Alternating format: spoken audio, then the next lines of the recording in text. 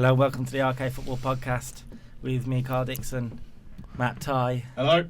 Graham Eyre. Hello. And Matt Thowney. We're back again after a week absent. We apologise. It was all Thowney's fault. It's all Thowney's fault. It's all Thowney's fault. Because he didn't bring the phone charger. No phone chargers, no studios. What's going on, Thowney? No, corporate trying to keep us down again, won't let us have a studio. But we're back 2 weeks to go till the Christmas break, so we got a lot to pack in. Next week we can confirm it's a 2-hour special, a halfway review we're going to do of the Premier League, and if you think back to that giant article we did of all the teams, it's similar to that but in a radio format, so that should be good. This week there's lots and lots of news stories to go through. Graham will be ranting. Probably. It seems pretty likely, and I'm going to try and keep it a little bit, A little bit low key. Yeah, a little bit more low-key than that. Graham will be ranting, Matt will be predicting, and the other Matt will be explaining. Let's do this. I think we should start with Sergio Aguero. Quite possibly the best Premier League striker right now. The best striker in the world right now. Out-and-out striker, maybe. Fact. Straight out the back. It's fact. There's no one There's- in it's the fact. world It's a right hashtag now fact. that can get from that's a striker. I mean, in fairness, let's Ronaldo's in mop better it form, up. but Ronaldo and Messi are better players, But they're Ronaldo not and strikers. Messi aren't strikers, yeah. Is What he is better than Diego Messi's Costa? technical position? Technically, They are their own he plays as a players. trequartista, like he plays plays just Messi. behind the strikers.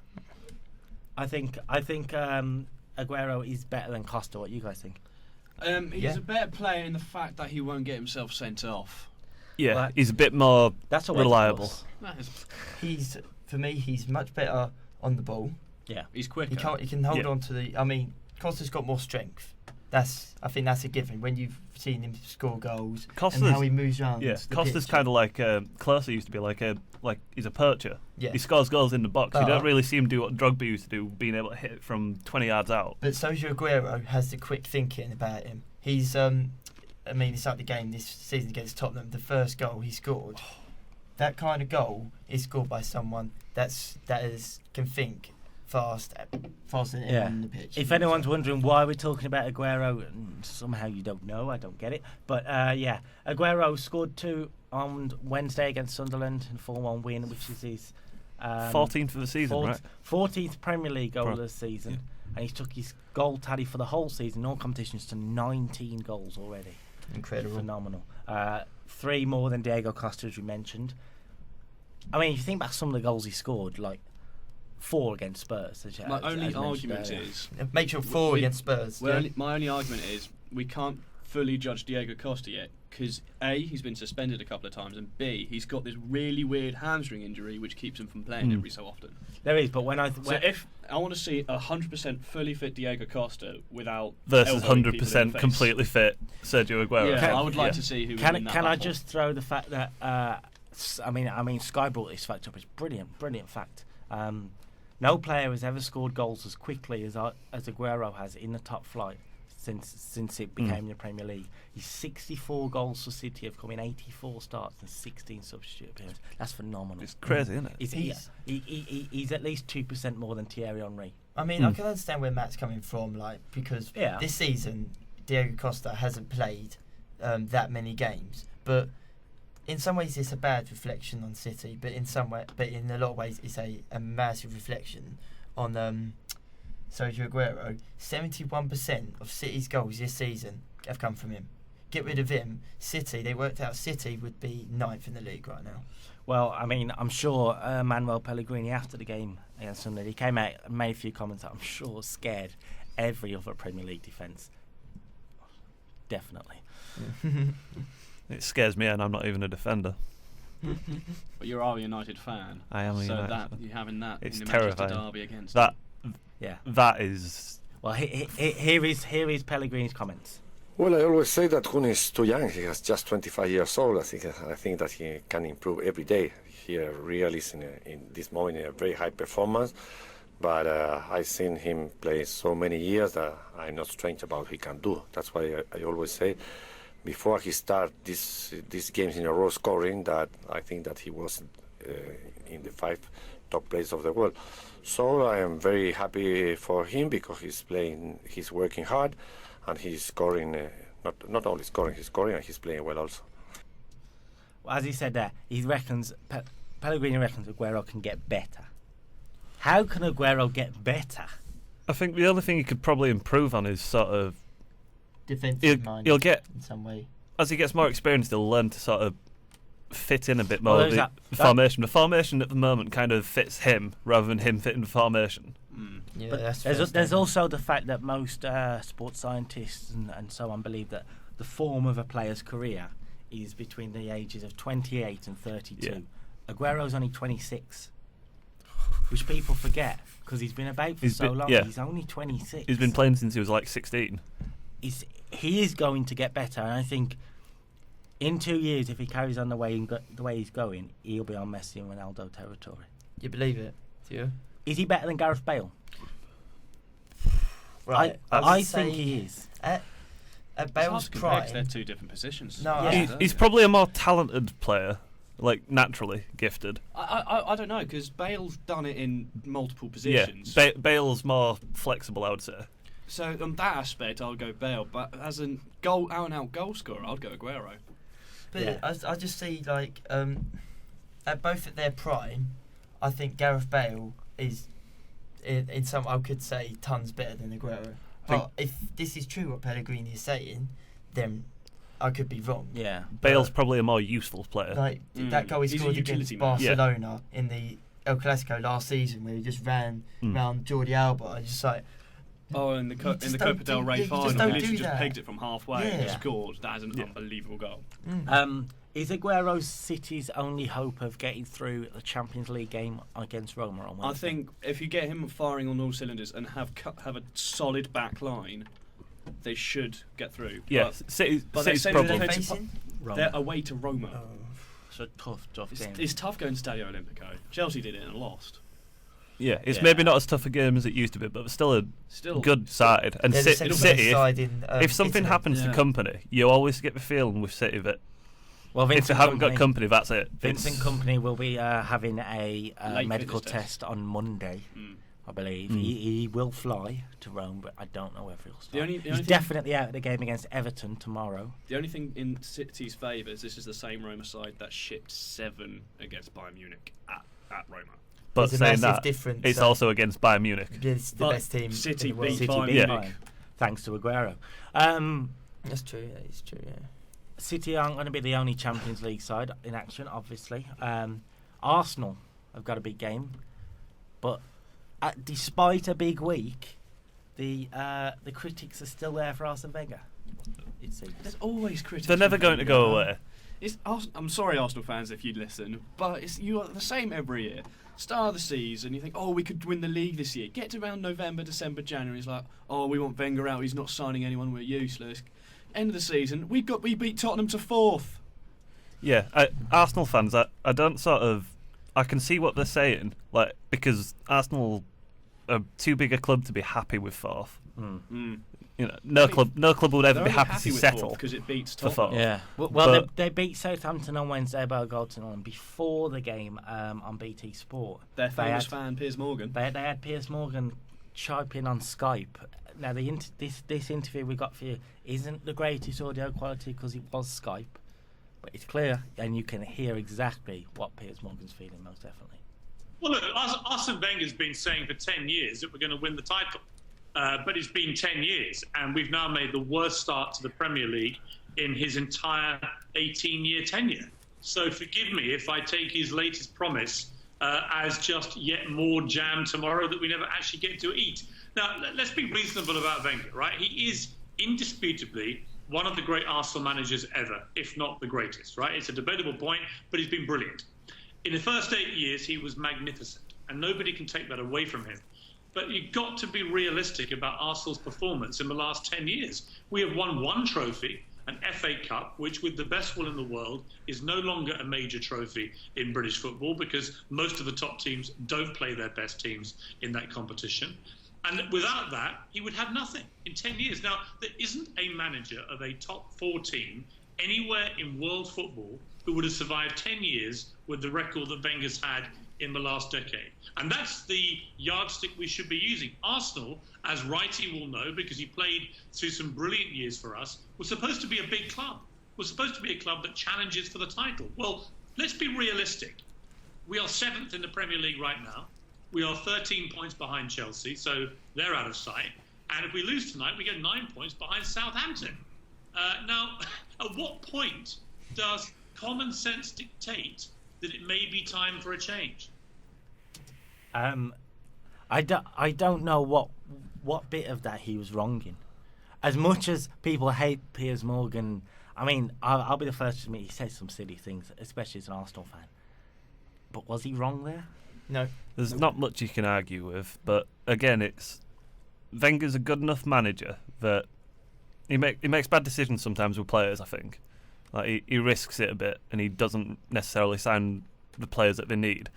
But he's a good enough manager that if everything came together, then they'd be in with just as much shout of winning the league as anyone else. I don't think so. I personally think if Arsenal are ever going to win the league, they will never win the league again under Wenger.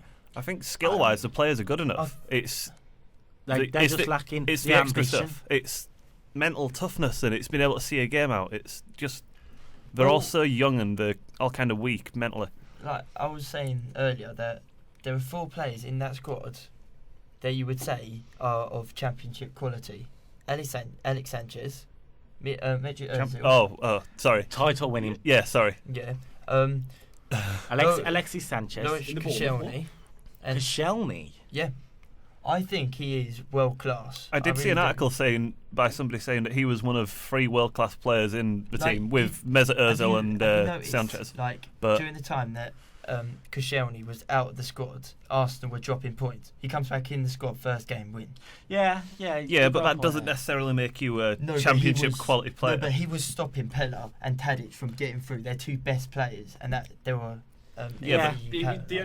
Just to say, Winston Reid's as big a player for West Ham when he's playing as Koscielny is for Arsenal. Obviously, not at the same level. Where are you going with this? But what I'm saying is, Winston Reid is just as important for them as Koscielny is. Yeah. I don't rate Koscielny because he's too inconsistent. Yes, he has the odd good game like he did against Southampton, but you've got to think he's been part of that Arsenal squad for 3-4 years and still hasn't really set the world alight. He was also part of that shambolic defence that let in 6 against Chelsea.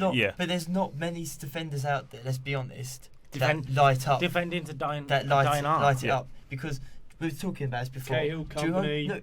But what you've got to remember is that the defences of the past, like Jerome Boateng is considered one of the best defenders in the world. Is he better than Fabio Cannavaro? No.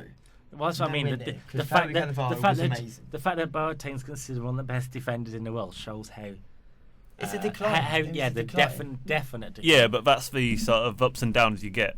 Like for a long time after Messi and Ronaldo retire, we might go a long time without a particularly amazing striker. It's been 20 years since Maradona. Exactly. I would say he is title winning. He can play for someone like City and Chelsea. Koscielny.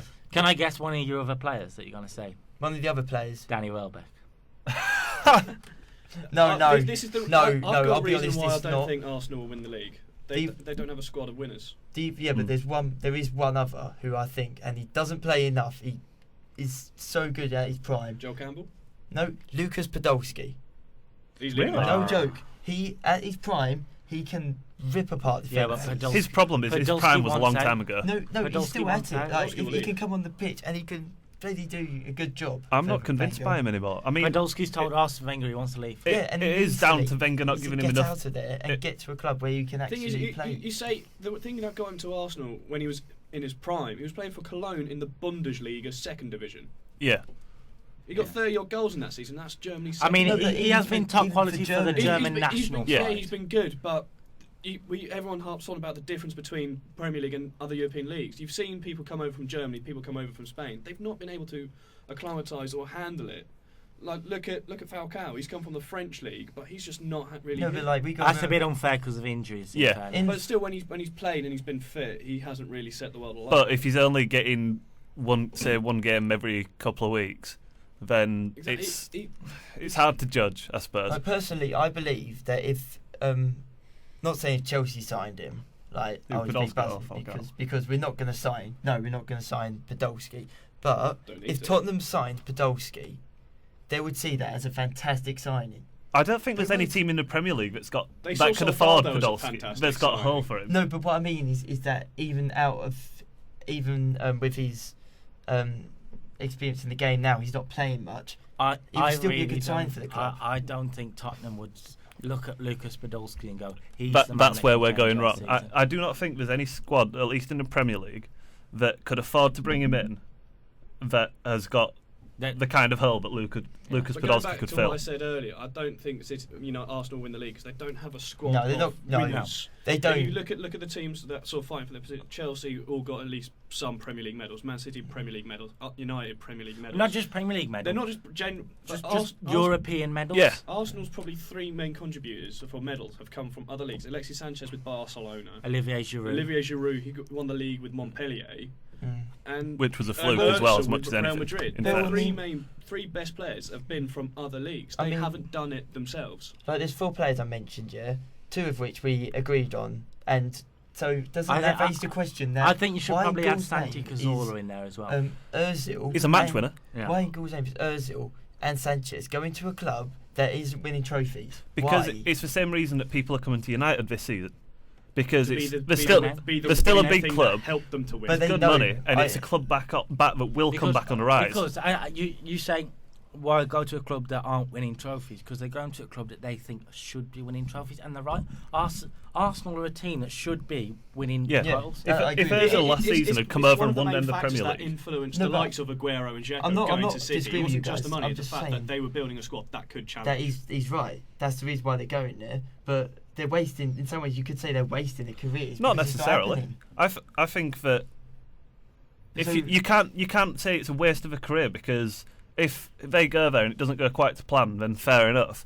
But you can't sit there thinking like, should I do this? It might not go right. That if Arsene Wenger leaves and they get someone else in, that they will start winning more trophies, which will turn their careers at Arsenal to a success. It's not just down to the manager, but he's got a lot to answer. He's got a lot to answer for in terms of bringing in players who aren't good enough, aren't ready. Whatever. Culture has affected Arsenal that they think they'll trust in the youth like Wilshere and Ramsey, and they will be the change. Wilshere and Ramsey are now proper established first team players, and they are not doing it. They need to get rid of the manager. I'm sorry to say this. They need to change the manager, change their culture, change their infrastructure, and have a big heave haul.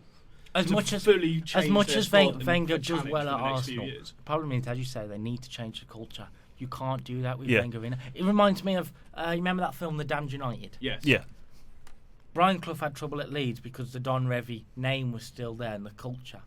No matter what, if Wenger's there, he's going to affect it. Yeah. Even after. It's the same thing with Ferguson. Yeah, even after, he's going to affect Moyes tried to change the Fergie culture, didn't work, and now...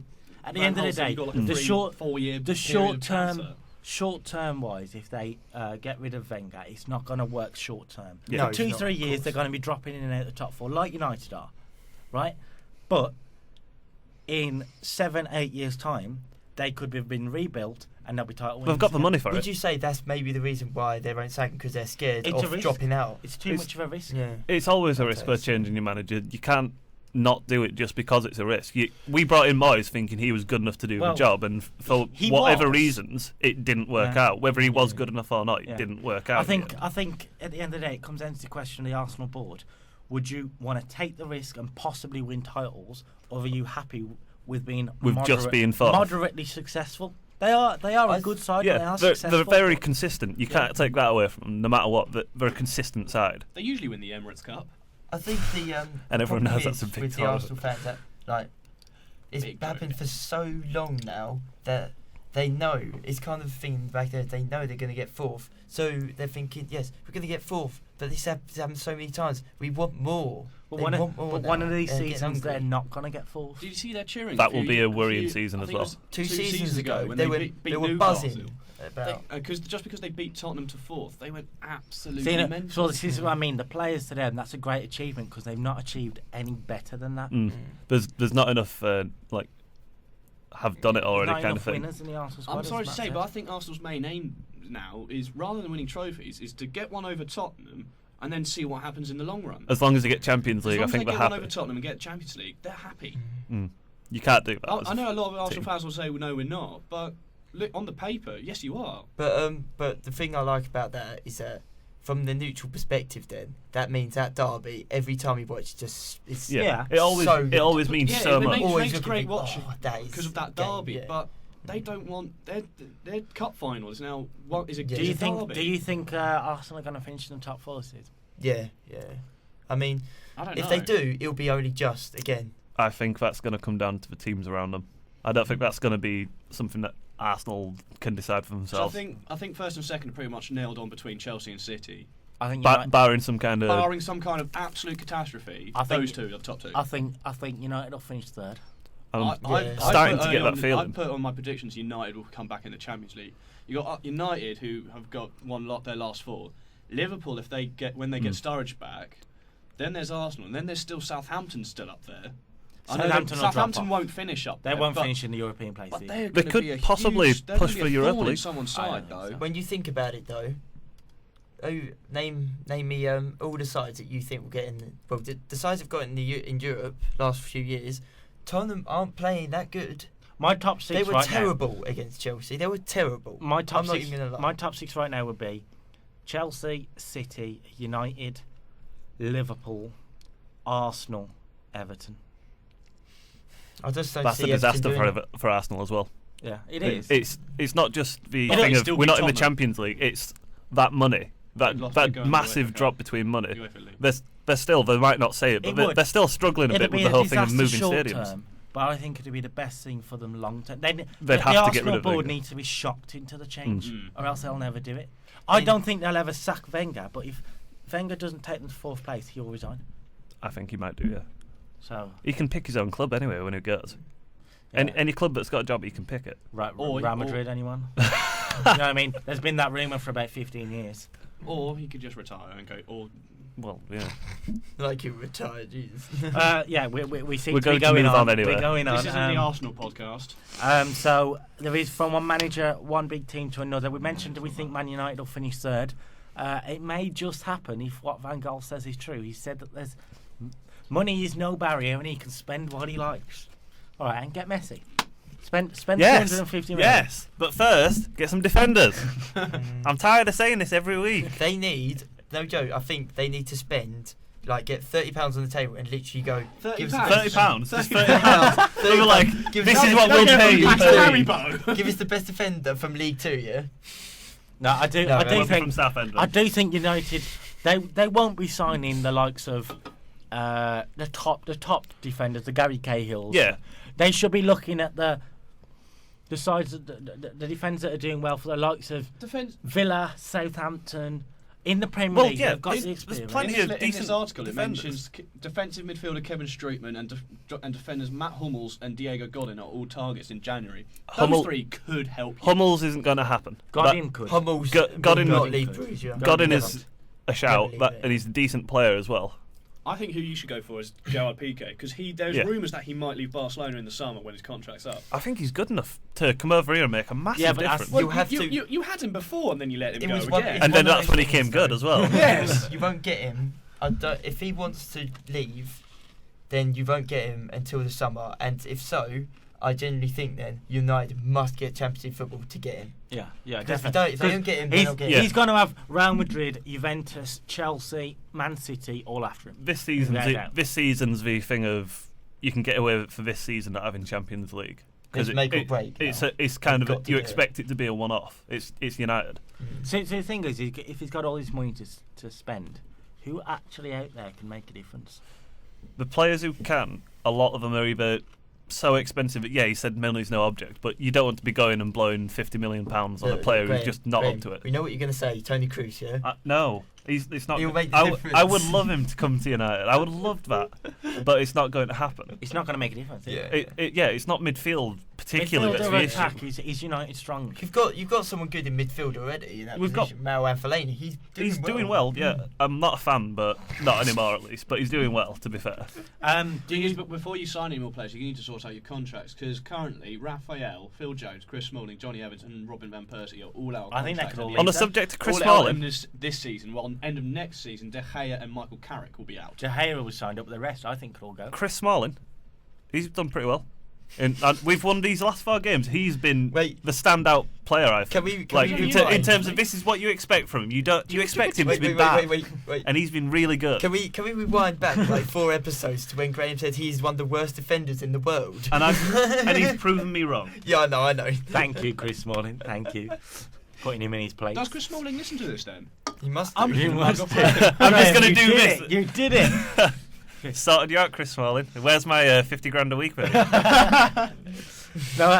you're his new life coach. I think out of those players mentioned, Raphael, Phil Jones, Smalling, Evans, Van Persie, maybe carried the summer after. I don't think you'll want to keep them. I don't think a lot of those are as big a miss as you might think. Raphael isn't good enough. Phil Jones, I'm never quite sure about.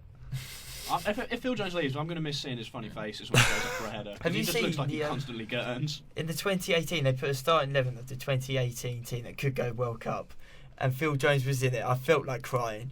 I was like, oh. No, I think he's the future of England. No, he's as is not. now. As it is right now, he's the future of England's defence. Name a better young English centre-back. Young English centre-back. Chris Smalling. I would say he's better than Phil Jones. Young though, because Chris Smalling's getting on now. Yeah, in terms of the youth. Yeah. Smalling's got to be 23, 24 now. I'm talking about the 19s, 20s, 21s. John Stones? Maybe, if he sticks at centre-back. And we're Callum Chambers, you had got to throw in. He might move to right-back. He's starting to see more and more Whichever like new person Southampton produce. They usually produce a good young player. Yeah. So we can bring Wes Brown back. Oh, we're not that desperate yet. Hey, he did a number on Diego Costa, I'm telling you. Diego Costa also elbowed him in the face. And got booked for it, though. He was worth the elbow just for hitting Wes Brown, though. Graham has left the studio for some unknown reason, and we will have him back to you soon. We'll go from Man United to Robbie Savage. To Robbie Savage, yeah. Who's actually been quite savage in his column today. This is probably the most I've agreed with Robbie Savage in a long time. I don't like him at all, but if this is what I think it is, then he believes the top flight sackings are coming. And I mean, let's mention, which is great. This is great. The fact that no Premier League manager as of this time has been sacked. Brilliant. Hang on, wait. Check the breaking news quickly before you say that. And that is brilliant. And I mean, it's the first time since 2009, 2010 where it lasts until December 7th because Chris Hughton got sacked. And if it goes past Sunday, this Sunday will be December 7th. It'll go past. It'll be the first time since 1995, 1996. Before we go on, there is some actual breaking news. There's actual breaking news. Breaking news while we're recording this. Nothing to do with managers, though. No. But Hull City are currently under investigation by UEFA for breaching financial fair play rules. This is due to them being active participants of the UEFA Europa League, be it the qualifying rounds, but they still must have. But the FA Cup runners-up must submit further information, but do not face any immediate sanctions. Ooh. I mean, in fairness, right, it's not as big as it seems because UEFA have investigated a lot of teams. Sparta Prague, Lyon. Currently under investigation, including Hull, are Sparta Praha, Lyon, Panathinaikos, Ruch Krajčov and Wolfsburg. As well as Liverpool, Monaco, Roma, Inter Milan, Besiktas, Sporting Lisbon and Krasnodar. Man City and PSG have both been in trouble, so it's not as bad. But the thing is that like it may not be as major as it sounds, but for a team like Hull City are really struggling right now. They're not going to want something like that happening at the moment. No, definitely. Your football's struggling. Here, UEFA, fine. Getting back on topic though, the top flight sackings. It'd be the first time if it gets past Sunday since 1995, 1996 that no manager has been sacked by that time. Got to 2nd of January to get to beat that record. 9 years though. It's great. It's awesome. It's the first time we really said it's great. Is it going to come to an end pretty soon? It all depends on results, because the 3 most likely to be sacked are Leicester manager Nigel Pearson, West Brom head coach Alan Irvine, and the QPR boss Harry Redknapp. If results don't go their way in the next couple of games, yeah. I mean, I think as Savage mentions this in his BBC column, and he's right. What's important is the fact that Tony Pulis is hanging over. Tony Pulis is currently unemployed. Well, I mean, did a great job at Crystal Palace, kept them up. Leicester, West Brom and QPR's chairmen are going to be looking at that and thinking, well, shall we bring Pulis in here? He'll bring us safe. Graham has returned, thankfully. All right. All right. Yeah. I think out of the three, I think the favourite that's gonna go is got to be Nigel Pearson, because he keeps He's doing, also had a spat with the fans, so that might influence it as well. that, The fans and are still also behind him, but what he keeps forgetting is, Despite saying he should leave the in team, various words. the team win. that's AFM. The team get a point, get 3 points, and then they're like, oh my god, we're doing really well in everything. Then the next game they forget it. Well, Leicester are now officially Consistency. bottom of the Premier League. They got 2 points from the last 9 games, which is dreadful. Yes. Dreadful. Not- Even 2 points out Even of Burnley 18. have more. No, 2 points out of 27 even. Mathematics. Yeah, I don't think Nigel Pearson is the one that's in the top. I think Alan Irvine. I think he might be. He's Yeah. right. They've got the kind of squad where they should be. They should be doing better, and it's known that Jeremy Peace, the Albion chairman, likes to chop his managers. I'm going to say Quite what I said at the risky. start of the season. I don't think West Brom have a decent enough squad. I say they are a squad of either has-beens or could-haves. Yeah, I that's don't think true. the squad around them is good enough. Like to I keep them in said the at league, the so beginning of the season, I don't know if one he's of the you fall guy. said the same. I think for them to go down, yeah, it was you, Matt. I put them to go rock bottom of the Premiership, and I'm still sticking by my statement. You think they'll finish rock bottom? Yep, rock bottom. No, I do think they'll stay up, but like And Berahino in the past 12 He months, might will. it was this time last year that Steve Clark got sacked after 4 straight defeats. Irvine's on a run of 4 straight defeats, and in that last 12 months, Irvine's the 3rd manager. They've got to get Berahino back on form. Yeah, but this is the point. I think their big influence, their big problem is that Brownie Day, who they signed. Yeah. It hasn't worked. What's- Like 10 His million signings hasn't worked. The only one that you Once. could really say has worked. Lescott. No, Craig Gardner might be in the midfield. He's done quite well. Lescott's made a few mistakes. Andre Wisdom's made a few mistakes. Sessegnon had a few good games. Yeah, but He signed Sessegnon last season, though. wasn't an Irvine He was signed signing. last season, though. Yeah. Because they No. got Sessegnon instead of Lukaku on loan. That's when then Lukaku went to Everton on loan.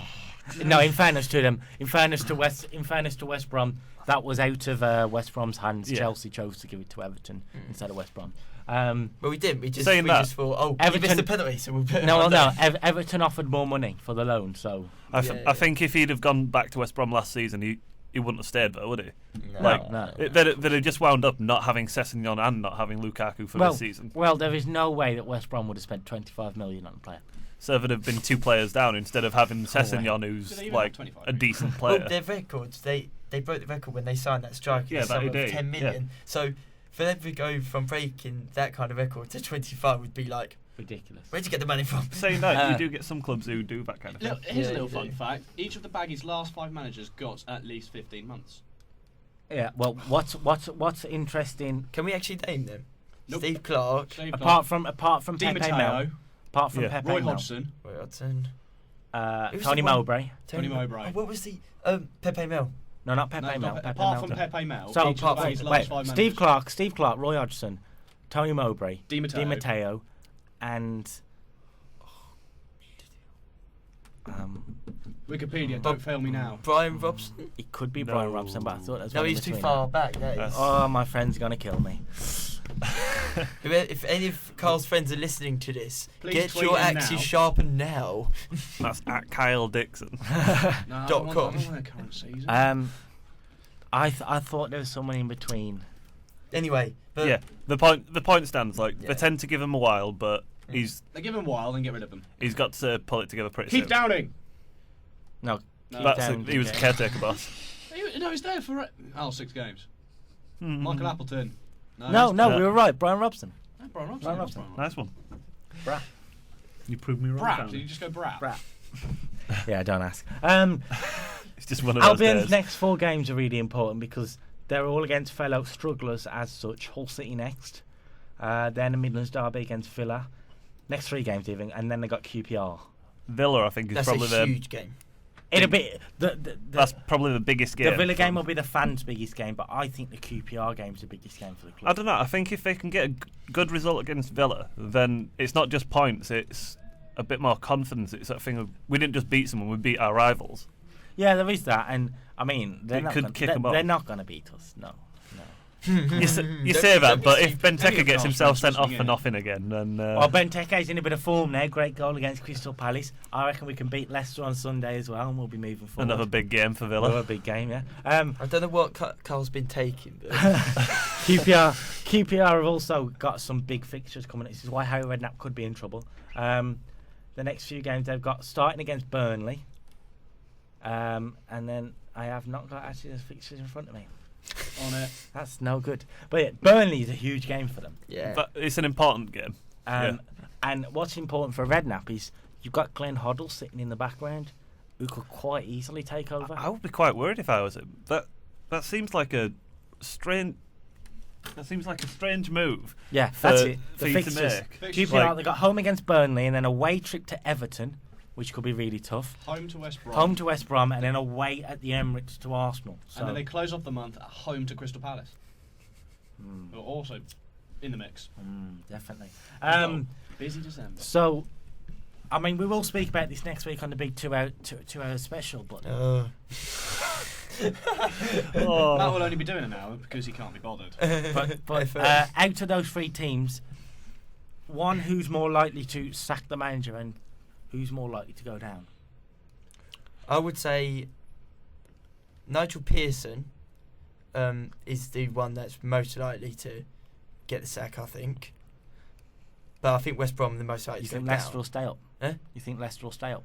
I think they'll go down, but the most likely to actually go down will Yeah. be West Brom, I think. No, I think West Brom will stay up. I really do. I think they might struggle, but they might... Yeah, they'll I struggle. think if they stay up, it'll be by, like, It'll be like tiny they'll number of struggle. points. They'll struggle, but you could argue half the Premier League are going to Yeah. struggle. Because it's always... There's about 3 points between bottom and 11th. Yeah. That's true. I really don't like QPR, so they're going down. Matt has decided. I've decided. I have spoken. QPR to go down. So, going from one big league story to another big league story, in the sense that UEFA have approved the Nations League, which Do you want to explain it, Matt? I think Of course, Matt step needs to aside. explain. I've actually researched this. It's a bit of an odd one. It's a bit of a Oddun. an oddun. Right, UEFA have set up a competition for starting in the 2018-19 season. This League of Nations is going to replace the basic structure of international friendlies. All 52 UEFA members will be split up into 4 divisions. Within each division will be 4 tiers. So Division A will have groups 1 to 4, Division B 1 to 4, and so on.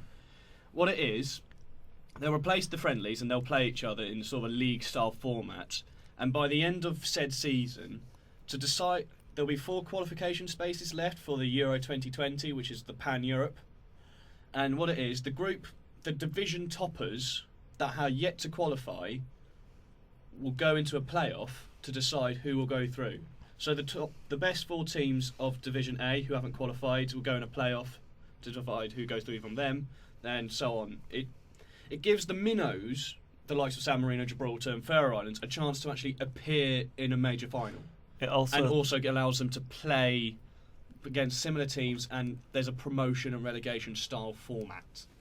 Why is it that complicated? I don't understand. I'm probably just really bad at explaining things, but that's the basic gist. The way you've put that across, why not? Why not just do a Why not giant just make league? it 16 groups of 4 teams?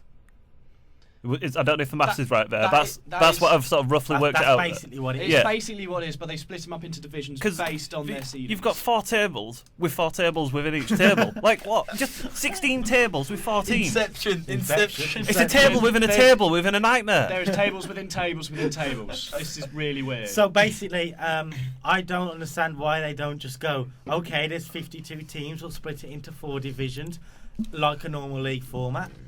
Because UEFA and FIFA think it's a good idea to make stuff complicated for this everyone. has nothing to do with FIFA. This is all This is UEFA. No, but I'm saying like FIFA and FIFA are just as bad. Just But then people. UEFA have sort of gone, Everything should be you can do your complicated. qualifying But we're not format, talking we're gonna about have FIFA. a league. Because I will rant, and I'm not ranting about FIFA again. I just really don't know why they don't just have it in a league format and then over 4 years they all play each other. Yeah, Yeah. that would Is be that easier. too easy? It's This is UEFA. It doesn't- You're going to have to. They've been lobbying. that is the since exact same 2007. thing. That's exactly what that will work out. They've just done that in such a way that people look at it and go, they obviously know what they're talking about because they're UEFA. Yeah. No. Well, we all know England are going to be in like what I'd say is Division 2, but from what you've explained, it sounds like it's going to be Division 16 or something. I reckon we're going to be in League A Pot C. Oh, that's so complicated. Yeah, It's just League A Group C. Why not just make it League A, League B, League C, League D? Job done. Because UEFA like to make everything complicated. I don't know why they just Because don't the do what the people who Champions League do and just have like pots and then go, here's 8 pots, sort yourselves out. the people who were planning all of this, who were setting up all the organisation, get paid by the hour, you see? So if they have a really So if long they make it explanation- really, really long-winded, they make lots and lots of money. In fairness, Hey, I made 15 grand from this. Graham makes a great point in the fact of why not just do it? League A, 3 teams if they're going 3 teams. League A, 3 teams. League B, 3 teams. All the way to League G or whatever. There'll be a lot. There'll be a lot, yeah, I get that. But doesn't that matter? Or are they scared of when you go to League H and it's Gibraltar versus San Marino versus the Faroe Islands? Yeah, but the advantage of that is at least then you've got a team that, let's face it, I feel they're not going to get into the I feel for Euros. Gibraltar because Gibraltar are not going. Actually, it might be a good thing, but they're not going to be playing the Portugals and the Germanys for about 25 years in that format. By the time they've worked up all the groups. Yeah, but this is what happens when you start a new. Yeah. Like it's the same if you start a new football The club. players and the fans for Gibraltar will be like, yes, we ain't going to get absolutely hammered, and then the board members will be like, wait. oh no, all that money. How are we Wait, going to wait, make the wait. money to pay for the stadium? How can you say why Gibraltar fans going to think? Matt, what do you think of this? In case you haven't worked out, I'm sort of like unofficially Gibraltarian now. I think it's good that we'll get a chance to play against similar teams at our standard. Yeah. We're better than Southend. I can't put that to you. Yeah, he's got that. So who are England's 3 sides? England's Who do you think? England's 3 sides. Or Looking at it, I'd probably say something like Russia, Scotland, do I have permission to slap Matt and Graham? quite possibly.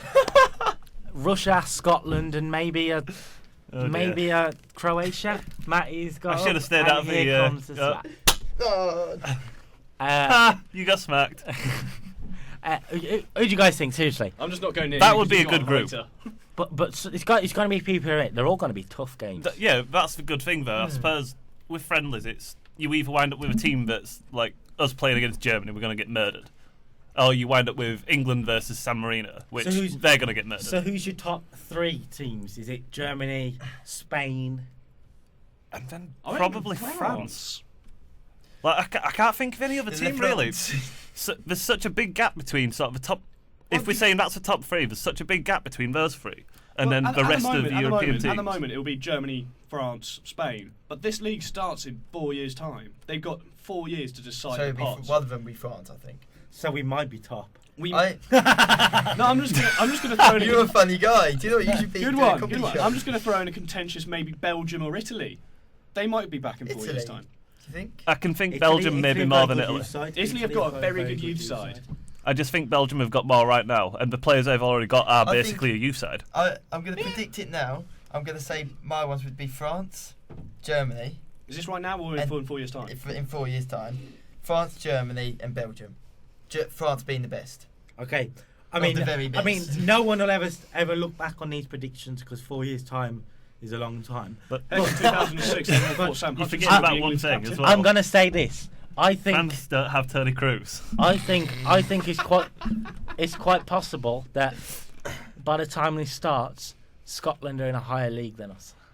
I wouldn't be the way it's going at the moment. I wouldn't be that surprised. I'll be more scared of Republic of Ireland. I think Scotland have got better youth talent. Yeah, Republic of Ireland's team's good right now, but they're all kind of getting towards the end of the You know what I careers. mean? They're working on their walking sticks. They're trying to. They've got a lot of like. Ow. They've got a load of Duns and Keens and stuff like that who are still very good Guys, players, but they're all kind Any of. Republic of Robbie Ireland. Keane is a damn good player. Any Republic of Ireland viewers, please stay with us. Don't leave just because of what he It'd be just amazing said. if they're viewing us when we're a radio show. Yeah. Look, they're up there. We got a gantry now. In fairness, anyway. we have been discussing privately about getting a webcam. So if that's something you guys like to see, comment on the video and see me hitting slapping Matt Thowney across the face. I'm sure we can arrange it. I'm sure we can put together a 2-hour loop of Matt Thowney getting slapped. Anyway, do you want to get onto the? Yeah. Right. We keep doing this. We've been 2 weeks out. We've got to make up. I think we're getting worse at the sticking to times. Yeah, we are. Talking about sticking to times. Liverpool.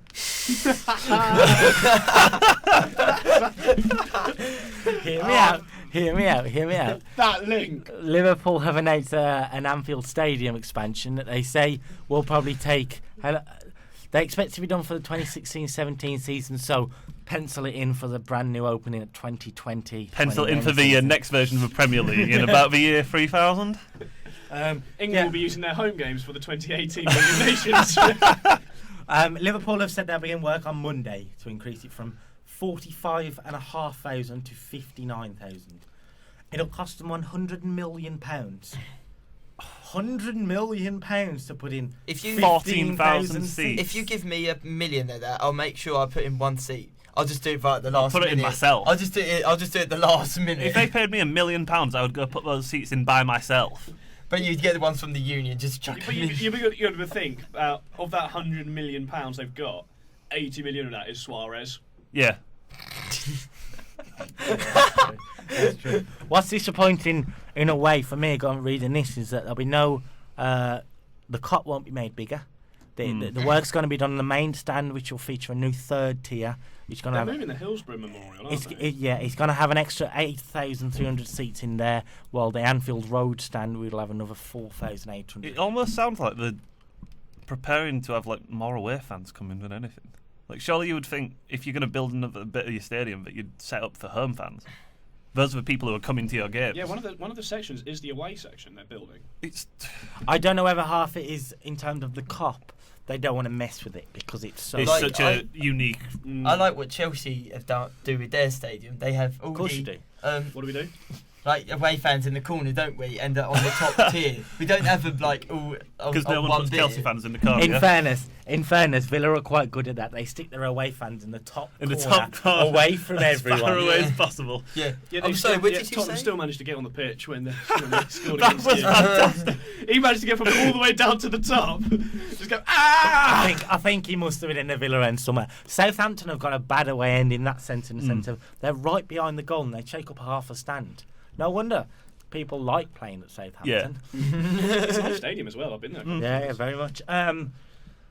So Liverpool are going to have a new stadium. On the subject of Liverpool, Newish. And ready, Balotelli watch. We should have had a Jaws thing there. Balotelli watch. No, Jaws is Luis Suarez because he gives all those reasons. The Liverpool striker is being charged for an Instagram post that's apparently anti-Semitic. Now, we were talking about this before, and I didn't do a very good job of explaining myself, so I'm not going to bother again, but I don't agree with it. I don't. Don't agree with the ban or don't agree with the post? It's, possible charge. The stuff he's put, to be fair, it is wrong. It is racist in the content of what he said thing is, I've seen in the post is racist, but the context in which he's using it makes it, I think, not racist. But the thing is, I've seen that post. He posted an image, and I've seen that image all across places such as Facebook and Twitter, and no one's batted an eyelid. But as soon as someone who's in the limelight posts it, I'm sorry, but we protect the people that we think we should look up to. I don't think it helps that it's Balotelli as well. One thing that does get on my nerves, though, is that if someone random, anyone around the world, wrote exactly what he did, they wouldn't have got in the right trouble. They maybe got their Instagram thing banned, but that's it. I might have to delete the post or something. Yeah. The thing is, in terms of the FA, it does break FA new rules which they made about social media only about a year ago. So he's right to be charged. Yeah, but it should come down to context, though, surely. BBC have actually got a picture of what was actually said. I don't know if we're allowed. I don't think we can say that. No. We can't say that. But the thing is, I've just seen it. The Lad Bible posted it first. Yeah. But the Lad Bible are the Lad Bible. Yeah, but the truth, the Lad This Bible is the Lad Bible. It is the Lad Bible, but Surely they should face a bit of repercussion because they are a big social media entities which are verified and everything. This is what I mean. You've got to know. It isn't the police that are getting involved. It's the FA. He's broke FA rules. He hasn't done anything illegal. BBC wouldn't have the picture on their website if it was that bad. It's just that he's broke FA rules. So, in that sense, he's right to be charged and probably should be guilty. If he's broke the rules that are in the rule book, if he's been charged, then he's going to be found guilty. Yeah, whether it's right or wrong, it's once you take him to the hearing, then that's it. You've already been found guilty. Yeah. From not only have BBC posted a picture, they've actually written what it says in case you can't see the picture. They've actually physically written their text. So, from one Liverpool striker in trouble to another ex-Liverpool striker who was always in the headlines. The Grand National winner, Andy Carroll. Andy Carroll. Definitely. The story is Sam Allardyce has announced in his press conference this morning, as of recorded on the Friday, that last summer he chose to sign Andy Carroll over now Swansea top goal scorer Wilfred Boney. You fool! I think that is a load of rubbish because at the end of the day, why would he suddenly come out with this year? There was no hint that Wilfred Boney was going there last season. You don't always hear about stuff that happens there. Isn't it West Ham Swansea this weekend? Yeah. But tell a lie, actually. That's why. I'm wrong there. I remember where I used to work, my mate was saying to me, apparently West Ham were going for Wilfred Boney. Oh, no, that is true. No, that is some solid sources. That is definitely true. I do remember him talking about it last year, so apologies for that. Immediate retraction. Nice one, Thowney. I have some other breaking news, which is completely unrelated. Has it just come up? Yeah, pretty much. FA are looking into new comments made by Wigan chairman Dave Whelan. Oh, bloody hell! Oh my God! What are you doing, Whelan? He's actually said. Oh my word! What's he said? We definitely cannot say this. Say what he said. We cannot say what he's just said. I want to say. We cannot say what he's just said. Whelan, we can say he spoke to the Jewish Telegraph. He spoke to the Jewish Telegraph, and the FA have granted him an extension. Everyone's coming to have a look. Is it looking into fresh? Oh dear. Oh, why would you say that? I can't believe you said this. God, why is he doing this? I'm sorry, but he's got to lose his job as Wigan chairman. I'm sorry, you can't say that and get away with it. Well, he has for anyone that doesn't know what he said, go onto the BBC website and have a look. It's really funny, the small print from the BBC website. Same language you might find offensive. That's what the BBC have put on it. Yeah, well, I can't. And yet the Balotelli thing was completely fine. Yeah. Look, see if it. Anyhow. Anyhow, moving on. No, the Balotelli also has language you may find offensive. Talking about Cole and Boney, as we say, what a difference it would have been for West Ham. Yeah. Wilfred Boney is one of the, I would say, top five Premier League strikers in the Premier League right now. Because he's. Who else would you throw in there? You got Aguero, Costa. Yeah. He's definitely one of the best strikers outside of the top four. I would say. I think I don't know about top five. If you go form-wise, Charlie Austin's up there. He's got something like 5 in his last 3. Benteke's got to be up there. Are you sorry? When he's Charlie Austin's got fully fit, he has, etc. I would say form-wise, he is top 5. But in overall, maybe not, because you've got Sturridge as well. Who would you rather have? We spoke about Arsenal earlier. Who would you rather have, Olivier Giroud or Wilfred Boney? I personally would go for Boney. I think he's a bit better for Arsenal's kind of game. Right now, I would go Boney because he's acclimatised to this new season. I just really rate Giroud. I like Giroud. I do like Giroud. The thing is, Giroud's the sort of person who could change the game. My mate was at the Arsenal-Southampton game, and he said when Giroud came on, the atmosphere and the dimensions changed. And it showed against Man United. He's got an absolute blinder. An absolute blinder, yeah? Absolute blinder, yeah? He did. And Boney is a top-quality player. This is Andy Carroll's record at West Ham, not goal scoring wise, but injuries. He's got an injury record. He's got an injury record. Oh Jesus! In September of 2012, he's picked up a hamstring injury on his first game of loan, out for about a month.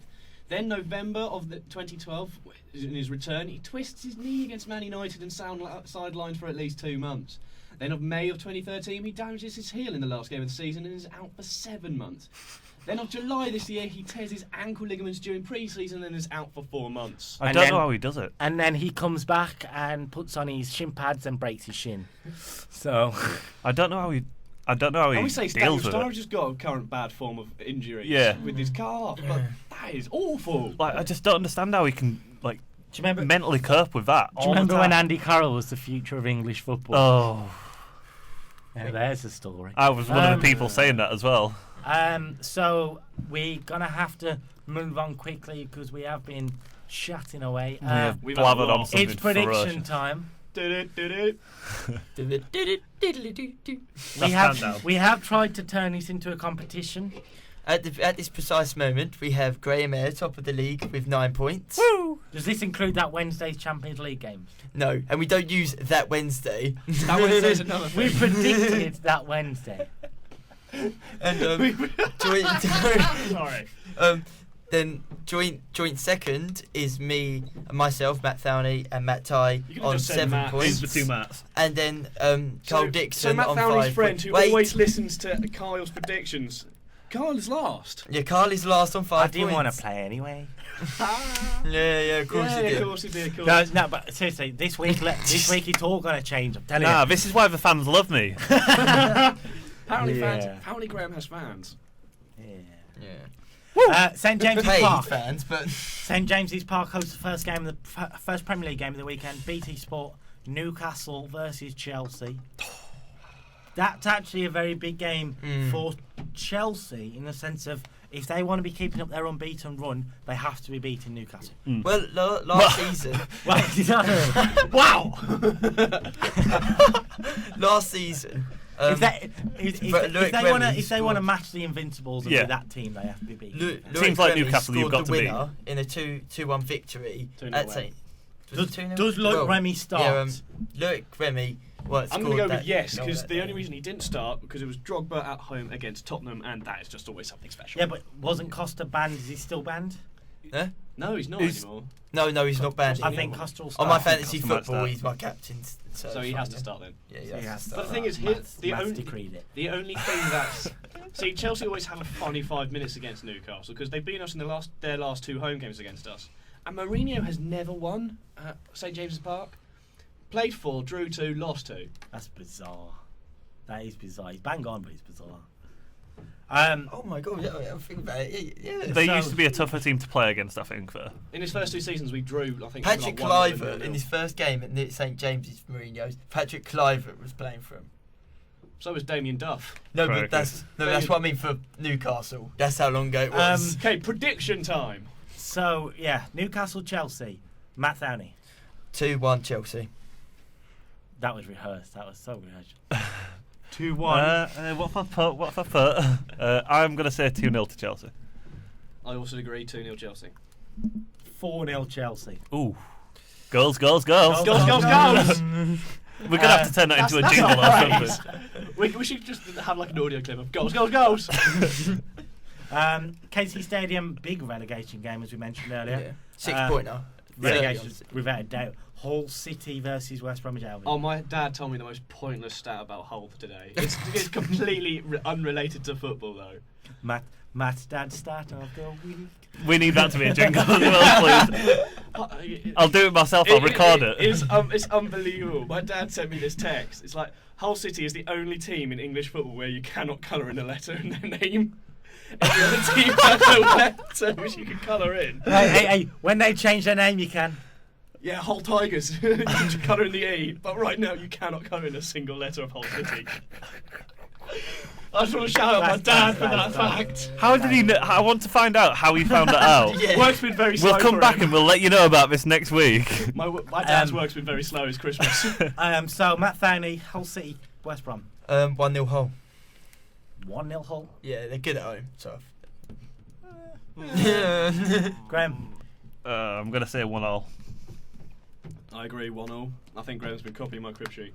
I haven't seen your crib sheet, He's just except for I can see a piece of paper. I'm going to go 2-1. What have you put for the next year? 2-1 Hull. Goals. Goals, goals, goals. Goals! And And what was a big game last season, Liverpool at home to Sunderland, turned out a big game in the title race. Not quite as big this season. Yeah. Mid-table clash. Oh. Clash, yeah. I think you're hyping it up a bit much there. Relegation derby. Well, I mean, Sunderland started well against City on Wednesday and then fell apart. They scored in the 90th minute. Played well. Sunderland were very good against Chelsea. Very good against Chelsea last week. We don't speak about that. They were very good against Chelsea. Yeah. Absolutely fantastic. Even I wrote about how good they were against us. So, is this a chance for Sunderland to get another point on the board, maybe? No. I've gone with Liverpool had not been at their best. Even against Leicester, they weren't at their best. I keep thinking that Liverpool are suddenly going to turn on Just the all style. of a sudden, just come out of nowhere. I just have a feeling it's going to happen. So I think it's going to happen this weekend. Well, I mean, they haven't been at their best, but they've won 2 in 2. Yeah. Good sides win when they aren't playing well. And now they're in that rhythm. And I so have do a feeling Liverpool, the goals apparently. are going to start. All right, Matt Thowney predictions. 3-0 Liverpool. Goals. I'm going to say 1-0 Liverpool. Goal. Matt Tye? 2-1 Liverpool. Goals. I'm going to go Bit of goals. 3-1 Liverpool. Goals. I like it. That's actually going to get on people's nerves. Yeah. We should record that though. Next week we're allowed one. We are allowed 1 goals per Sure. week. I think we've done our quota for the year. This season, there's no more. Loftus Road, another relegation 6-pointer. QPR versus Burnley. Big championship game that was last season. It's a bigger win for, I would say, Burnley than it is for QPR, in the sense of Burnley have not won away from home this season yet, if I'm not mistaken. They've not done well, regardless whether you're right or not. So I think did they beat Palace at Palace? No, there was a penalty. No, but thank you for clarifying that 1 minute. But did they still win? No, it finished 0-0, I believe. Yeah, it did actually. I think so. Yeah. So I have a feeling that game, that it's a big game for Burnley than it is for QPR at the moment. Saying that. I don't know. Yeah, but QPR have good home form. They're getting all their points at home. Yeah. Say that, So you would but say back in the chat. Oh, Burnley beat Stoke at Stoke. Yeah. They Was have it that on away a this season. Was it on a Tuesday afternoon or Tuesday evening? Saturday afternoon. Oh. Burnley are actually unbeaten in 4 games right now. They beat Hull 1-0, beat Stoke 2-1, drew 1-1 against Villa last weekend, drew 1-1 at home to Newcastle. Yeah, They're but going that's into against the teams that aren't playing particularly well. Newcastle It's against the teams they need to around beat. them. If you go on how they did in the Championship, Burnley should win this quite easily. QPR failed to beat Burnley on all occasions. Are we in for a game that we got last week at Loftus Road? One of the games of the season, really. QPR Leicester, where there was a whopping Goals. Goals. I believe there was a whopping either 56 or 57 shots between both sides. That was a lot. That was a lot. It was fantastic. I watched the full 90. It was fantastic. It's not a great advertisement for defending, but for strikers, that was great. That's what you want to see, though, isn't it? Yeah, pretty much. You don't want to see good defending. You want to see lots of goals. Are we in for another game like that this weekend? No. I reckon so. Matt, prediction? 2-0 QPR. I'm going to say 2-2. I've gone 2-1 Burnley. And that pains me because I really hate Burnley. I was tempted to say 3-0, but I'll go for 2. 1-0 Burnley. Hate Goal. We found our loophole. We can annoy you with goal as much as we want, just as long as you don't go goals. Or goal. Stoke Arsenal at Britannia. That's a big game for Arsenal. It's a bogey side in away for them. They're a tough side to play to. At least Arsenal as well. Especially on yeah. Tuesday night. On a rainy Tuesday night in Stoke, there's never such good thing as a good team. It is quite messy. So Stoke Arsenal. Stoke were unlucky against United on Tuesday. They played quite well throughout the game, but Fellaini popped up somewhere. And United ground it out. You wouldn't normally say that for last season, would you? And I mean, Begovic just decided he didn't want to be a keeper anymore and just watched the ball float into the top corner. And De Gea showed how it was done for the last 10 minutes by keeping out a barrage Stoke of were unlucky. Stoke were unlucky. Arsenal were lucky in a way to beat Southampton, like we mentioned. Because they could have so easily been on the other end of that. It's the 89th minute Alexis Sanchez popped up. Is this bigger for Stoke or Arsenal? I'd say Arsenal. Bigger for Arsenal. Because they need. Because I think Wenger. Stoke are a tough side for everybody. I don't think there's any team in the Premier League who finds Stoke if you look in the league, Stoke need the win points more than Arsenal because Arsenal is still near-ish the top half. I think it'll wind up being more important for Arsenal towards the back end of the season. Arsenal will need this result more. Stoke have no chance of dropping into the bottom 3 just yet. Because I think this is the kind of game that if Arsenal didn't get in top 4, for instance, they'll look back on this game but we should have won. This is what we needed to win. We needed to win that game. Yeah, that's a fair point. So Matt Thowney, 1-0 Stoke. Yeah, 1-0 Stoke. Yeah. I think they're going to pop up with just that one goal and get the result in it. Bojan's been playing He's well. been Very good. optimistic. I was thinking Ryan Shawcross, but okay. Oh no, that would hurt the Arsenal fans. That would hurt Arsenal. Anyway, just like he hurt Aaron Ramsey. What? I didn't say that. Graham! I'm going to say 1-0 Arsenal. Matt Tye? I've gone for the in-between at 1-1. Sitting on the fence. The in-betweeners over there. I'll sit on that fence with you, 2-2. Oh, see ya. Right. In-betweeners. From one North London side to another, big London derby actually at White Hart Lane, Tottenham versus Crystal Palace. we call it a big London derby, but For I the would call it a fans, derby. it's It's a big game for them. It's a big game for both sides. Tottenham need a win after disappointing result against Chelsea. Palace Crystal needs a win. Need a win after a disappointing result. And Neil against Villa. Warnock needs to finally admit that they need a win and not go. My team is playing very well at the moment. Yeah, they need a win. They need 3 points, not a Benteke. He's ours. Go away. Tottenham don't need a good win. They need a good team. They were just appalling. Their team as a whole was appalling against Chelsea. Lloris couldn't kick. I saw the second half, and out of his 10 goal kicks I watched, he probably only hit one. They were poor against Chelsea, but then you got to think back to Sunday where they played very well and beat Everton. For the first 10 minutes of that game against Chelsea, Tottenham were they the could have side. taken the lead. Harry Kane hit the bar. But the game's 90 minutes long. You Yeah. can't. No, but what I mean the is first that 10 minutes were great. what I mean is that showing they hit flashes. the crossbar and they were like, and then we woke up and then we took control. I think That's what half of Spurs' It could have problem been. is they haven't found their best side. Pochettino doesn't know his best side. I think yet. the He's found 2 players that are 3 He players that are keeps changing good. his side I every think other the week. players themselves are fine. It's the way they're A being unit. used. They need to be a He unit. doesn't It's know the his formation best squad, and things just- like that. He doesn't quite know how to shape everything. For me, Harry Kane has to start. Yeah. Oh, he's got to. Christian so Eriksen, good. to me, should be playing off him every week. That should be their front 2 in a way. Lamella's been quite good. Lamella- wing. I think I'd drop Lamella because he was very poor against Chelsea. He didn't play well against Everton really either. Harry Kane was the man. So I think And the I'd man, drop and the him. man, Aaron and the Lennon man. for me should start because he played well against Chelsea in that first. Yeah, they played well in the first 10 minutes, but Lennon played well for the game. I thought. Lennon was their standout player. So I think That's he should just a lot start. when it's Lennon. Are Palace looking at this as a possible 3 points against? I think they might be. Against a shaky Spurs. Chamak might be looking at this game No. thinking this is something I can fill my boots in on this one. No way. This is Marouane Chamakh. I think Palace will. I've gone Palace to lose. Oh no. See, Palace have got a couple of injury problems up front. Andy Johnson, he's out. Was Andy Johnson ever in? Andy Johnson, if you're listening, that was at Matt Tye. I'm not meaning that 22, like by the way.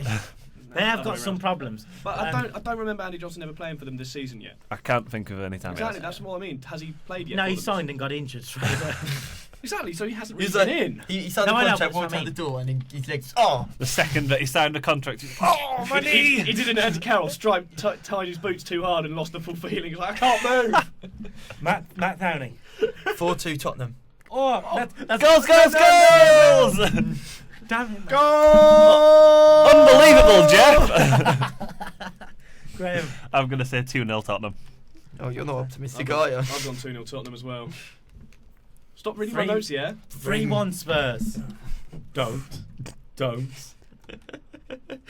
Okay. And possibly the biggest game of the weekend is at the Etihad. Man City versus Everton live on Sky Sports.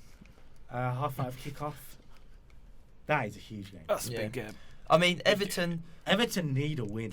At So the City- Etihad, it is very City have hard got to to get keep a winning. yeah. result. City have got to keep winning. They can't afford to lose Thing is, games right now. I reckon that result will be determined by the early kickoff because they're the last game on Yeah. Saturday and we're the first. If we win, more pressure is on City to perform, and I reckon they'll make mistakes. If Chelsea don't win though, City have got that in the bag. I'm telling you. So I reckon if we don't lose to Newcastle, more pressure will be on City. I It's, think- it's really important for Everton. We're now sitting there in 11th.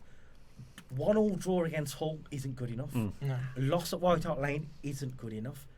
They need to be picking up wins. I think what Matt said in some ways you're right, but then if Chelsea lose, I still think there's so much pressure on City that they have to win as well, because they've been at that bad spell. They're going to make up for it, so they have to win no matter what. I think they still need the win if Chelsea lose, but I think if Chelsea lose, it's not the be all and end all. Oh no, it's not. Because at worst, they're still going to be 6 points behind. Yeah, true. But then I think that if they win, that is all they're thinking about this weekend. Obviously, I think City are going to struggle because they're going to have a shaky defense.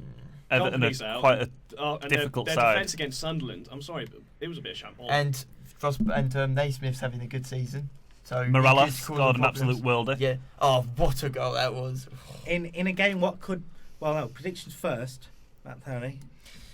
2-1 City. Great. You just don't want to say it. I want to go for goals. 4-4, yeah. I'm wondering if I'll scare away some of my fans if I do that. I'm gonna say, yeah, I'll go 2-1. Sorry. Matt Tye. I've gone 1-0. I'm going to go 3-1 City. Ooh. Right. That's some goals there. There's quite a few goals in the Yeah, so in what could be a Europa League qualifying game on Sunday. For City. What? This is a different game. Swansea, West Ham Swansea. 5th versus 7th, which is phenomenal for both of those sides. Mm. It's one of those games where I don't think the result really matters too much at this point. You're like, you're doing so well, just go and play. Just carry on. Just do what you do. It's the fact that it's at Upton Park the difference. Yeah. Yeah. Yeah. Yes. We've spoken too much. We're running out of ideas, so we just move on. Goals! I think Bonnie and no, we're done. We're doing predictions. What's that midfielder's name? For it never ends. Oh, bloody hell. Routledge, Dyer. No. Shelby. No. For West Ham. Yeah. Kiyate. That's it. Kiyate. That's him. Yes. He's I think him and Boney will be the kind of difference in the game. There'll also be huge misses for both sides when the African Cup of Nations starts in a couple of Yeah, definitely. Yeah. So West Ham Swansea, Matt Tye. 2-2. Goals. I'm going to say 1-0 to West Ham. Goal. I've gone 2-1. Unbelievable, Jeff. We need a 0-0 in here, don't we, somewhere? That's probably the That's most the likely. Villa-Leicester game, mate. You think this is going to be the 0-0? Both sides got decent With the top defences this year. scorer all year in playing in the game, you think that? Trust me. You've gone 0-0. 0-0. And then No goal. The biggest game of the The weekend. Emil Heskey derby. The Emil Heskey derby, yes. Relegation 6-pointer, I can say that. Villa, Leicester at Villa You Park. say that Villa are 12th. Yeah, but They're not going to stay 12th, let's face it. 12th by 4 points. I was going to say, I mean, look at it this way. There's an 8-point difference between 18th Burnley and 8th Liverpool. Yeah. So it's Liverpool's tight. going down, yeah? It's tight. Doesn't say very much tight. for Liverpool, does it? So yeah, I think it's a game we can win. Yeah. Most definitely. It was a great win for us against Palace. Yeah. We played well for it. The game. We didn't have much possession, but we took advantage of our chances. Benteke's goal was brilliant. Great turn, great goal. What do you expect from Benteke? I expect another Injuries? goal. That's unfair. Injuries, bit of suspension. It's unfair, but it's accurate. Yeah. All right, so No, Matt Tye, prediction. Predictions, yeah, we need to. 5-0 Villa. Oh yes! No, I'm joking. 2-1 Villa. I'm about to whack Goals!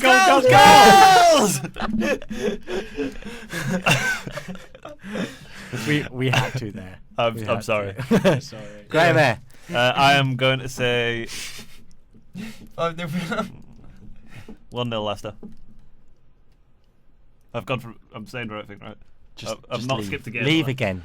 I thought I skipped a game for a second. Matt Tye. Graham is no longer part of RK Football Talk. I'd like to announce my resignation. I've gone 1-0 Villa. Yes. I'm going to go 3-2 Villa. I'm on his side. I don't have to say nice things. He's in his He's range. extremely I'm in close his to you, and there's a range. lot of things here he can hit you with. There's a microphone. I'm going to go 3-2 Villa. Go! Stop this madness. Now, in a very big game on the south coast, Champions League qualifier. Third place Southampton host Woo. fourth place Man United. 2 points separating the sides. Not much. Ooh, 1 point. 1 point actually now. 1 point still. 1 Do point. your research. 1 point and 6 goals. So 6-0 United and 3-0 actually. There's a goal difference in. Yeah. I can see this being an absolute belter, This is personally. going to be a Yeah, game Southampton Both sides generally are have been gonna- brilliant. Both sides United have a are lot of banging injury form right now. concerns. well, Southampton have had 2 disappointing results, Mm. so they want something out of this. And United are banging form I think right it's now. going to be like the Arsenal United game this season. It's going to be one of those games that's going to be so entertaining all the way through, but it's going to be like a one goal will separate these sides. Well, I've got 1 goal difference. So Well, Matt Thowney, both sides. Hold on. Matt Thowney- Hold on. Both sides have injury concerns because the likes of Jack Cork and Morgan Schneidland of Southampton, who have been 2 important players Yeah. for them this season, Yeah. are both out injured. And Di Maria's out for 2 weeks. And Di at Maria's least. out for Yeah. United. It's okay. It's okay. We've got Ander Herrera. Yeah, Herrera's a that's not class, better. though. He was quality. So in that are last we game. expecting a Fellaini hat trick or a Pele hat trick? I've got neither. Right. No. Matt Thowney. I'm going 1-0 Saints. I'm going to say 3-2 United. The United fans supporting United? Nah. Goals, goals, goals! I've gone 2-1 Southampton.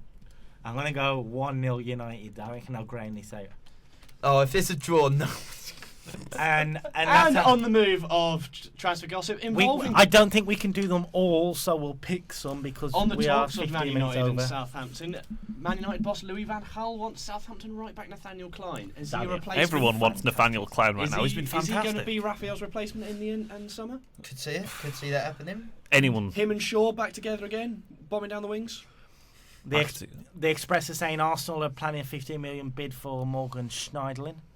Who else, sorry? Just Morgan Arsenal. Schneidland. Arsenal. Southampton just need to deal with the fact they're going to have to sell him at some point soon. Why? Hang on. Why would Arsenal go for him? I don't see. For Schneiderlin?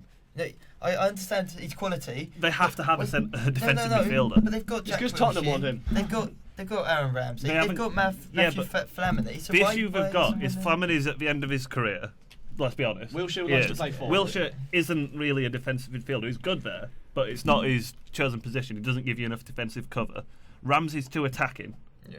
They have to have a proper, specialised defensive midfielder. Otherwise, Phil they've got Jones. no chance of getting into fourth Possibly place. leaving Arsenal in January is Costa Rican forward Joel Campbell, as he is proposed to go to Inter Milan along with Tottenham's Eric Lamela. What? Like buying? It Joe just Campbell. says the Oh. Talksport saying Inter Milan are weighing up January moves for Arsenal's Costa Rican forward Joel Campbell and Tottenham's Lamela. I would expect possibly that Joel that's a Campbell loan, would probably mate. go on loan if Yeah. that's true, And and then that Lamela. Lamela they'd be looking I to can buy only him. say what's in front of me. There's the regular Hazard to Real Madrid PSG rumours, but there's one right on the end which is great. Leicester want to bring in a defender and a striker in the January transfer window with Toronto FC forward Jermaine Defoe an option. Yes, let's get Defoe back Yeah, in he the Premier was. League. I love him in the Premier League. He's still good enough. Pablo Zabaleta believes if Sergio Aguero was in the form he's in now, Argentina would have won a World Cup. That's probably Yeah, fair. no, I Maybe. would say that's a fair statement because they did only win by Liverpool- one goal, Germany. So Liverpool are set to send England striker Daniel Sturridge to LA in order to help his rehabilitation from thigh injury. I wish they would send me to LA when I. Paul Scholes thinks Barcelona are a ghost of their former selves because they are bored. Were you reading that? I lost it. Oh, there it is. No, I just couldn't. I just saw Man United on Wayne Rooney, and then I couldn't see the Paul Scholes bit at the bottom. And Fraser Forster believes his summer move to Southampton from Celtic has given him the platform to dislodge Man City's Joe Hart as first choice England goalkeeper. Yeah. I don't think he'll make it first choice England goalkeeper, but it gives him a The better. way- It if gives you him a better look- chance of getting Have more you seen games. the highlights from Wednesday? I know it's only one game, but oh my, he was unbelievable in that game. He's a very good keeper. I know there was always Saints fans in the pub where I worked at the time, but he was What every I save, like- bang. He was What I superb. like about Forster, he made a mistake against Villa a couple of weeks ago. He's been in. He's Sorry, do you want to bring that up? Did you? No, he's had similar situations to the mistake he made in the 2 games, and he's made the right decision Yeah. perfectly. He's learned from his mistake. Yeah. That's what I like. I don't like this, what I've just read. Coventry City have been kicked out of the home dressing room at the Ricoh Arena and relocated to the away dressing room by Rugby Union Club and stadium owners now, Wasps. Oh, come on. Give the club a break.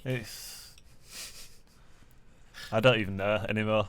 Burnley boss Sean Dyche believes that young English academy players are too soft, saying he was speaking to an 8-year-old who did his hamstring in. He replied to the 8-year-old, "I can't believe you know what a hamstring is, son. You get out there and start running." When I was 8, I didn't know. That's true. When I was 8, I didn't know what a hamstring That was. seems to be a problem with a lot of English players. Like, it's crept in from... I'm not going to say actually, it's just going to get me in trouble. We have a hoodoo with injuries. I'm not going to say it, I'm just going to get myself in trouble. So. Okay, finally, on TransferWise, Bolton have re-signed Eyre Johnson until the Yeah. end of the season. But in even bigger news, They they've got might a trialist. sign Emil Heskey. And you know what that guarantees, don't you? Goals! Alright. In fairness, Heskey needs to be back in England. Just Oh, saying. it'd be great to see him come back, even if it were just for a few games. It'd be great to see him Just back. to take the mick out of him. It'd be great to see Heskey back, and it'd be great He's if training they with join them. us. If people join us when we're back for next week's 2-hour special, Christmas special. Oh. Ho ho ho. Before we sign off, can I do a shout out? Yeah, Matt Tye wants to do a shout out. I've been in contact with one of my mates from back home who used to be at uni with me. It's Harry. Hi, Harry. Hi, Harry. All right, Harry. All right, mate. His football club, Broadmeadow STFC, have started their first adult team. And Hi, for Broadmeadow this- STFC. everyone- 'cause All right. they're all listening. They've started their first adult team in the South Devon Football League. So far, they've played 10 games this season, winning 7 and losing 3. Great, That's awesome. That's a good start for their first adult league. Brilliant. Yeah. Do you know how many goals they've scored? Is it worth even doing the... I must say, they have got a few goals in. Goals! That's one for you guys. That's one for you guys. Um, Just saying, thanks for listening, guys. Yeah, thank you. To be fair, we know they must be a decent side because if they always listen, as you say, they've got a decent taste in football. At least we've got like an understanding. They're picking up an understanding of like football tactics from hearing me rant. No one can pick up tactics from you. You're no good at that. And on that note, And on that bombshell. I think that's all we've got time for. Thank you guys, the two Matts and Graham, for joining us Thanks very as much. always. Thank you. Thank you, everybody. We can confirm we will be back next weekend. Next week even. Well, For a probably bumper you next weekend. An absolute bumper Christmas special. Bumper Christmas special. 2-hour special. We'll go through all the Premier League sides, how they've done and whatnot. Expect extra Long rants. Extra goals. expect extra attention on Chelsea, Villa and Man United because we are their fans. That's going to happen. But not Southend. Hey, actually, before we sign off, Mute his mic. Southend. Get that back on. Southend have won the Player of the Month and Manager of the Month for November. In League Two.